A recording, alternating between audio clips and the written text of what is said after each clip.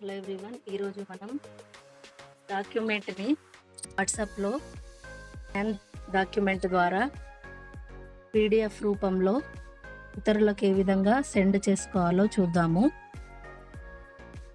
కోసం ముందుగా మనం వాట్సాప్లోకి వెళ్ళాలి. డాక్యుమెంట్ ఆప్షన్లోకి వెళ్ళాక స్కాన్ డాక్యుమెంట్ అనేది క్లిక్ చేయాలి. తర్వాత ఇక్కడ మాన్యువల్ ఆటో క్యాప్చర్ అని ఉంది. మనం ఎక్కువ శాతం ఆటో క్యాప్చర్ని యూజ్ చేయాలి. క్రాప్ రొటేటెడ్ అని ఉంది. మనం దీన్ని క్రాప్ రొటేటెడ్ చేసుకోవచ్చు. నెక్స్ట్ ఫిల్టర్ ఉంది, ఫిల్టర్ కూడా చేసుకోవచ్చు. కలర్ ఉంది, దీనికి కలర్ ఇవ్వచ్చు. షాడోస్ ఉన్నాయి, షాడో కూడా వాడుకోవచ్చు. ఇక్కడ రీటేక్ ఆప్షన్ కూడా ఉంది.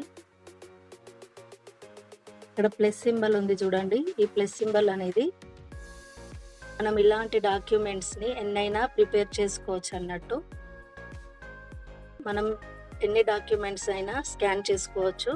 అదేవిధంగా ఇక్కడ క్లీన్ ఆప్షన్ అనేది కూడా కనబడుతుంది. ఈ క్లీన్ అంటే ఏమిటి అంటే డాక్యుమెంట్ మీద ఏమన్నా ఫింగర్ ప్రింట్స్ ఏమన్నా మరకలు ఉంటే పోవడానికి ఈ క్లీన్ ఆప్షన్ అనేది వాడుకోవచ్చు.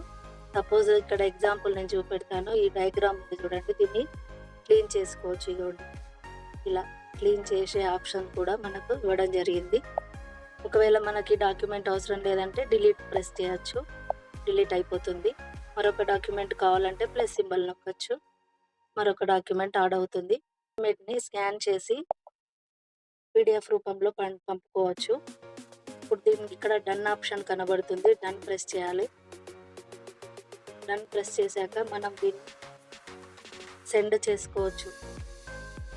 ఇది పీడిఎఫ్ రూపంలో షేర్ అవుతుంది డాక్యుమెంట్ అని. వీడియో మీకు నచ్చినట్లయితే please like, share, subscribe to my YouTube channel. Thanks for watching my video.